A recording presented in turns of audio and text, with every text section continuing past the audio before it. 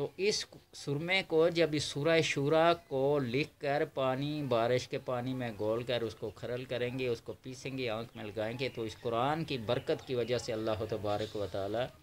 تمام شفاؤں کو آپ کے مقدر میں لکھ دے گا،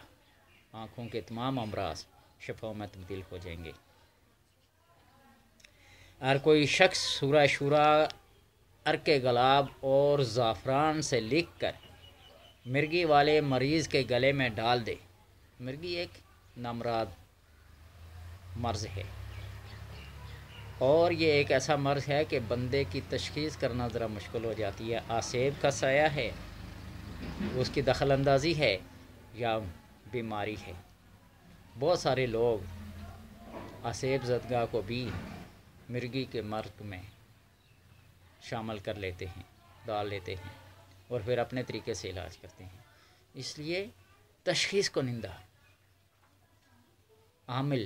کامل ڈاکٹر حکیم کو ان امراض کے نوعیت کا پتہ ہونا چاہیے کہ یہ کون سی مرض ہے، اس کی کیفیت کیا ہے۔ مجھے یاد ہے کہ گولڑا شریف دربار پہ جہاں تعویذ دیتے ہیں نا، بزرگ بابے بیٹھے ہیں، میں بھی کبھی کبھی بیٹھا کرتا تھا، تو وہاں ایک مولوی خدا بخش صاحب یہ مٹھیال سائیکٹ کے تھے، تو ایک نوجوان خاتون آئی، اس کو دورے پڑتے تھے، لوگوں نے کہا، ماں باپ نے کہا، رشتہ داروں نے، جن آسیب کے سائے کی وجہ سے ایسا ہے۔ انہوں نے یوں اس کی نبض کو دیکھا نا، تو اس کی ماں کو بلا کے کہا کہ خدا کے بندے، اس کو کوئی جن بوت نہیں ہے، اس کو یہ بیماری ہے، اس کی شادی کرا دو۔ ہسٹیریا ایک بیماری ہوتی ہے، دورے پڑتے ہیں، جوانی جب کنٹرول سے اوور ہو جاتی ہے نا، تو پھر جنون کی ایک کیفیت ہوتی ہے، ناقابل برداشت ہوتی ہے۔ تو اس وجہ سے یہ نہیں ہے کہ کسی مرض کو تشخیص کرنا ہی نہ جانتے ہوں تو پھر علاج کرنا مشکل ہو جاتا ہے۔ تو اس لیے مرگی والے شخص کے گلے میں، مریض کے گلے میں سورہ شورا لکھ کر ڈال دو، تو اللہ تبارک و تعالیٰ اس کو مرگی کے مرض سے نجات دلا دے گا۔ اور اگر کوئی شخص سورہ شورا کو لکھ کر اسے پانی میں گول کر اس پانی سے مٹی کا ایک پیالہ بنائے، خود نہ بنا سکتا ہو، کمہار کے پاس لے جائے، اور پختہ کرنے کے بعد اس کو آگ میں پکانے کے بعد اس میں جو پانی پیا جائے گا، اس پیالے کے اندر جو پانی پیا جائے گا، جو کھایا پیا جائے گا اس کے اندر، تو اللہ تبارک و تعالیٰ اسال، قید، دست، پیچس، ساری امراض شکم سے نجات دلا دے گا۔ یہ کس کی برکت ہے؟ یہ اس قرآن کی برکت ہے، یہ اس کلام کی برکت ہے، جو اللہ تبارک و تعالیٰ کی صفت ہے۔ اس قرآن کے ساتھ محبت اور عقیدت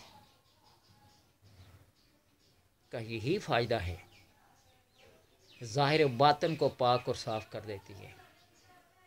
باطنی طور پہ بندے کو عروج بخشتی ہے، ظاہری طور پر بندے کو تندرست و توانا رکھتی ہے۔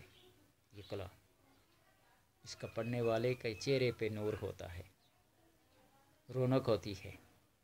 یہ قاری قرآن کہلاتا ہے، یہ اللہ سے ہم کلام ہوتا ہے، اللہ سے گفتگو کرتا ہے۔ حامیم عین سین کاف جب پڑھتا ہے نا ان حروف مقطعات کو، تو وہ ایک علم کی سمندر میں غوطہ زن ہو جاتا ہے۔ کذالک یوحی الی الذین من قبلکم۔ تو اس لیے یہ قرآن کی دوستی بندے کو کبھی بھی زوال پذیر نہیں ہونے دیتی، ہمیشہ عروج اور رفتیں اس کا مقدر بن جاتی ہیں۔ اور جو اس قرآن سے اپنی دوری اختیار کرتا ہے، مشکلات اور مصائب کا شکار ہو کر طرح طرح کی امراض کا وہ مرکب بن جاتا ہے۔ وہ شخص جو صبح و شام 24 گھنٹے لگاتار مسلسل اپنی زبان کو قرآن کی تلاوت سے تر رکھتا ہے، اللہ کے ذکر سے تر رکھتا ہے، تو اللہ تبارک و تعالیٰ اس کی ساری ذمہ داریوں کو، اس کی ساری ضروریات کو اپنے ذمہ لے لیتا ہے۔ اور جس کے پاس قرآن کے لیے، عبادت کے لیے، نماز کے لیے وقت نہیں، تو اللہ فرماتا جا، تیرے لیے میرے پاس کوئی وقت نہیں، تو پھر تیرے لیے میرے پاس کوئی وقت نہیں ہے، تیرے پاس میرے لیے وقت نہیں ہے تو میرے پاس تیرے لیے وقت نہیں ہے، جا سرگرداں پھرتا رہے۔ اللہ تبارک و تعالیٰ سے دعا ہے کہ اس قرآن کی عظمت کو، اس کی اہمیت کو، اس کی افادیت کو سمجھنے اور عمل کرنے کی توفیق عطا فرمائے۔ ان امراض سے، مرگی کے مرض سے، نسیان کے مرض سے اور طرح طرح کے امراض سے بچنے کے لیے اس قرآن کا سہارا لیجیے۔ اس سورت کو پانی میں گول کر، عرق و گلاب سے ملا کر لکھا جائے، پیا جائے،